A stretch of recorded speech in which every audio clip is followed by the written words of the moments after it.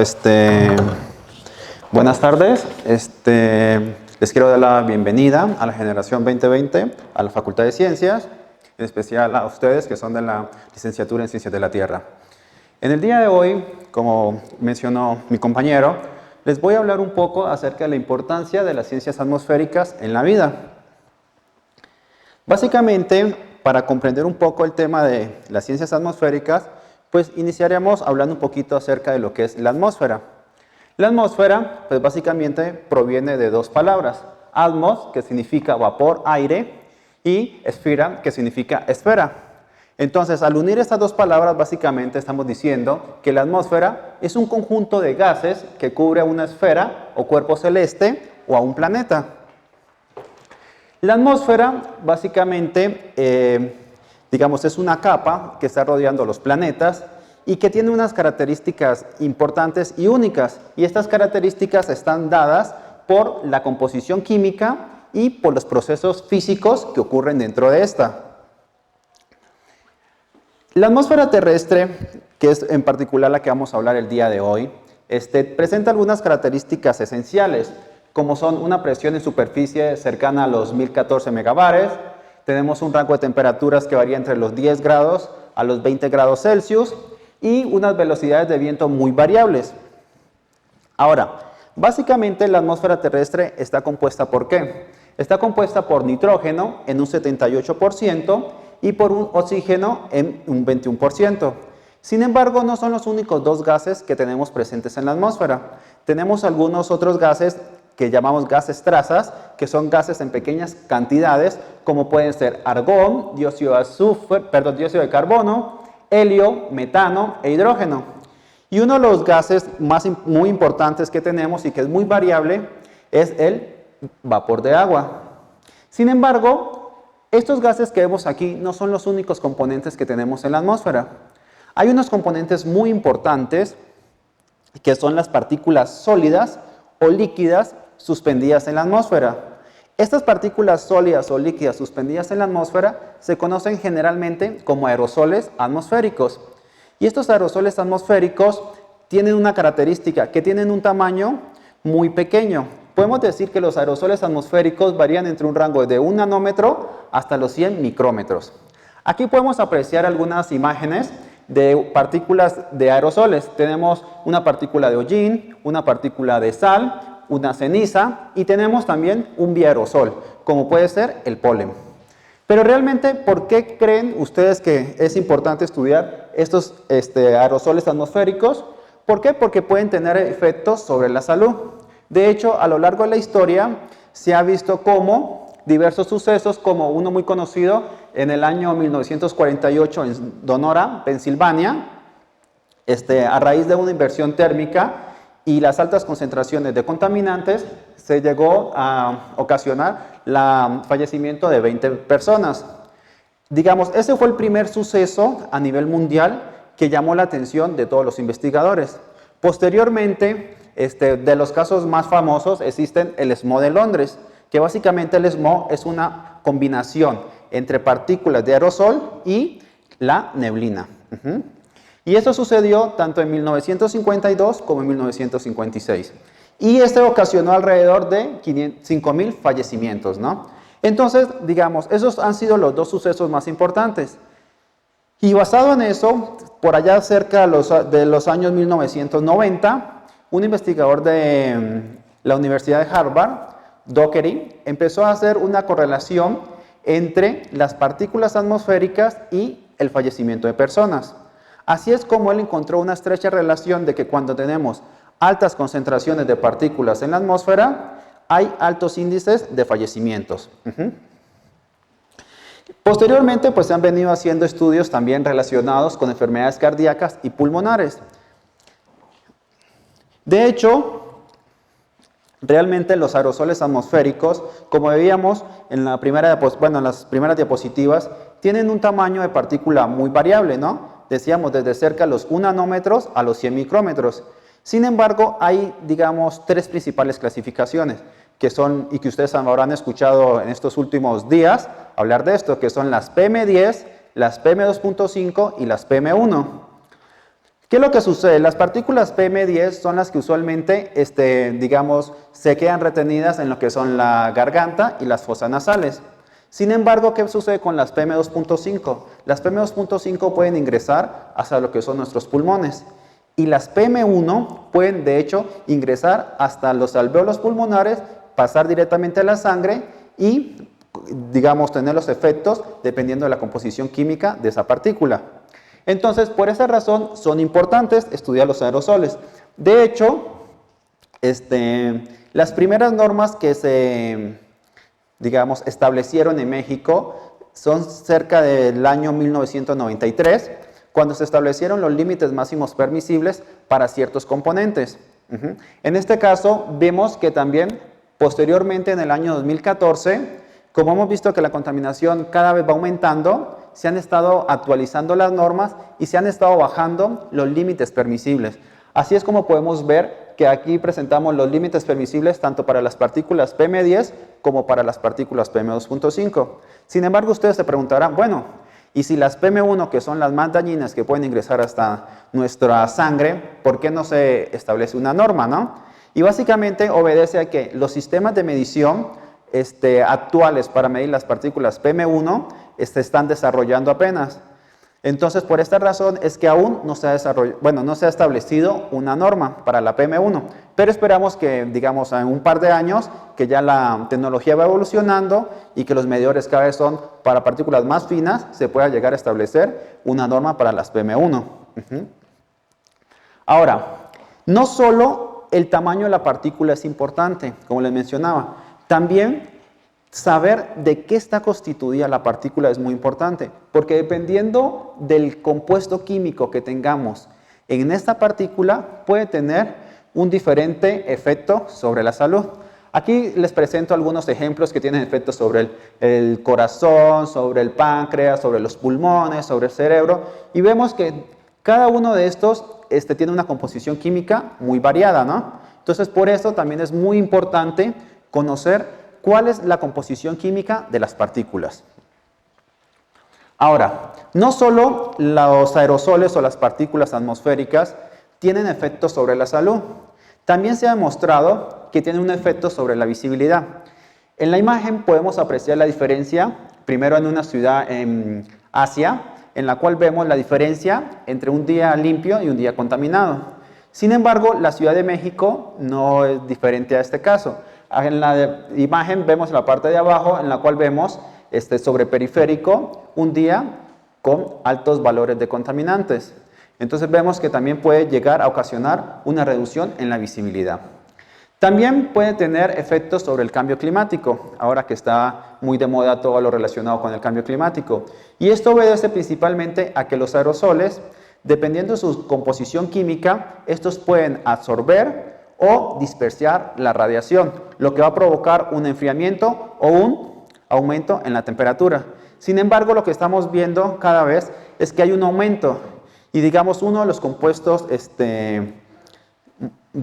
más responsables de este calentamiento es el carbono negro. El carbono negro es una partícula que se emite en procesos de combustión incompleta. Entonces, cada vez pues vemos que, digamos, tenemos altos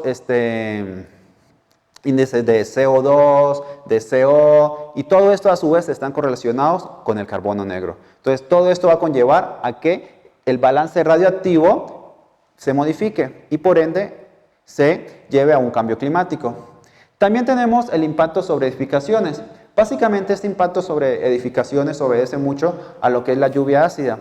Muchos de los componentes que tenemos en la atmósfera pueden provocar ácidos cuando reaccionan con el vapor de agua presente en la atmósfera y, por ende, precipitarse sobre edificaciones, ¿no? En este caso es muy importante para nosotros porque tenemos muchas zonas arqueológicas y estas zonas arqueológicas están hechas principalmente de caliza y esta caliza reacciona fácilmente con la lluvia ácida.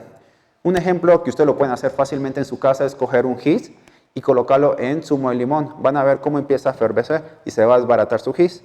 Entonces, caso similar sucede con las zonas arqueológicas. Por esta razón es muy importante estudiar todo lo relacionado con los aerosoles y todo lo relacionado con las ciencias atmosféricas. Ahora, aquí les presento unas imágenes. Estas son tomadas desde la estación de monitoreo Iztapopo. Básicamente aquí lo que vemos es, ¿recuerdan las contingencias que hubieron hace poco? Básicamente estas manchas que ven ahí o esa nata café era la que se observa sobre la Ciudad de México. Entonces podemos observar cómo es importante realmente hacer estudios de ciencias atmosféricas para saber cuál es el impacto que pueden tener estos contaminantes sobre nuestro organismo, en sí, sobre la vida, ¿no? Ahora, pero no solo en las ciencias atmosféricas se estudia todo lo relacionado con calidad del aire, sino que también se pueden estudiar fenómenos locales o de mesoescala. Un ejemplo es que también se pueden hacer estudios acerca de las tormentas tropicales y huracanes. ¿Esto por qué es importante? Porque podemos, dependiendo de las características de si es una tormenta tropical o un huracán, saber qué velocidad del viento vamos a tener, qué posibles desastres van a ocurrir, si hay que protegernos, si hay que evacuar la ciudad o qué hay que suceder, ¿no? Entonces es muy importante las ciencias atmosféricas porque también nos puede dar una idea acerca de estos tipos de fenómenos. También hay otros fenómenos que se estudian a lo largo de la licenciatura que tiene que ver todo lo relacionado con las nubes. Las nubes básicamente nosotros las vemos a diario y a lo largo de la vida, al estudiar las nubes podemos decir que nos pueden dar información acerca de lo que puede estar sucediendo o va a suceder. Es decir, cada nube tiene ciertas características que nos pueden indicar si va a llover, no va a llover, si viene una tormenta severa, no viene tormenta severa, si tenemos estabilidad térmica, si tenemos estabilidad atmosférica, no tenemos, y todo eso, ¿no? Entonces, esto es otra de las importancias que hay de estudiar las ciencias atmosféricas. También, a lo largo de la licenciatura, vamos a aprender mucho acerca de lo que son los frentes. Los frentes básicamente son masas de aire con cierta temperatura y humedad. Entonces podemos estudiar lo que son los frentes cálidos, los frentes fríos y podemos ir viendo cómo estos van evolucionando y qué consecuencias van a tener. ¿Por qué? Porque generalmente nosotros escuchamos en las noticias, se aproxima el frente frío número tal, ¿no? Pero nosotros ya con esta información sabemos qué consecuencias o qué fenómenos son los que va a conllevar que exista un frente frío cerca de la ciudad. También a lo largo de la licenciatura vamos a aprender lo que son las trombas y tornados. Las trombas básicamente son, digamos, se diferencian de los tornados porque estos ocurren a nivel oceánico, mientras que los tornados ocurren a nivel de superficie terrestre. Y básicamente estos están relacionados con ciertos patrones de circulación atmosférica. Entonces, digamos, podemos ver que las ciencias atmosféricas tienen un amplio margen que podemos estudiar muchos fenómenos y que nos pueden dar información muy útil para la vida. Sin embargo, pues bueno, la idea era mostrarles un poquito, pues en 10 minutos, no era tan largo, más o menos cuál es la importancia de estudiar las ciencias atmosféricas. No solo es esta parte que les mostré, también es importante y a lo largo de la carrera ustedes van a aprender a hacer modelación y van a poder predecir en qué dirección se va a mover cierto huracán, por qué se va debilitando, por qué se va fortaleciendo.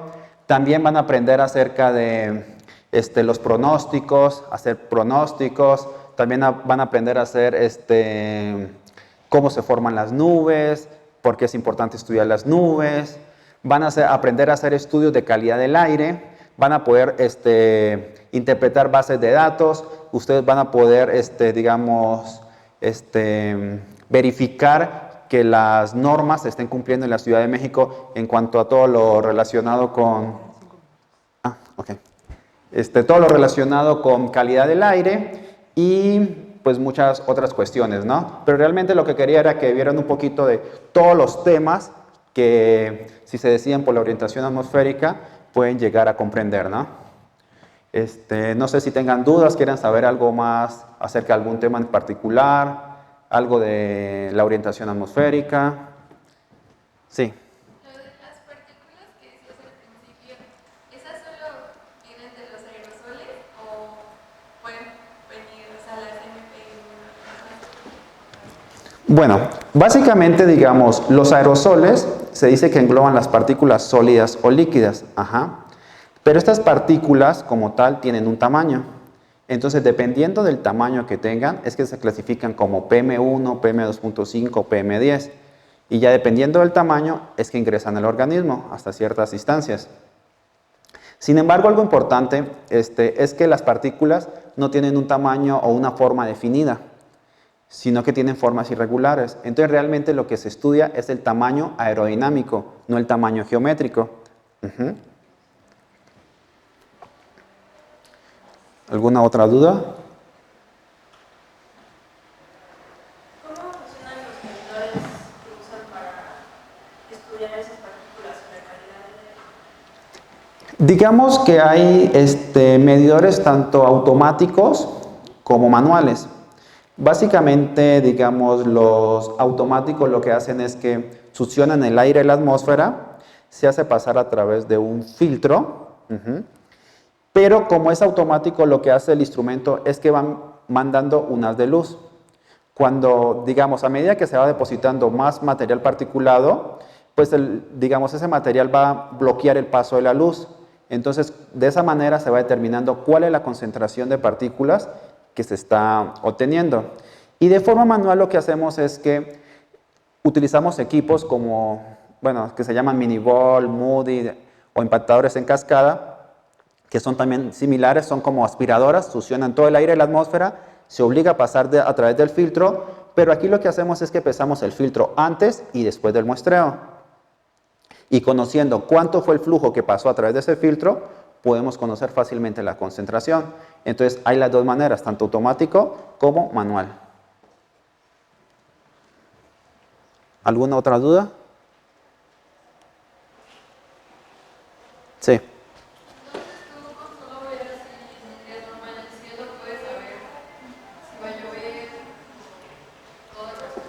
Exacto, o sea, digamos, tú puedes, cuando aprendas a, digamos, a ver los diferentes tipos de nubes, cada tipo de nubes tiene ciertas características.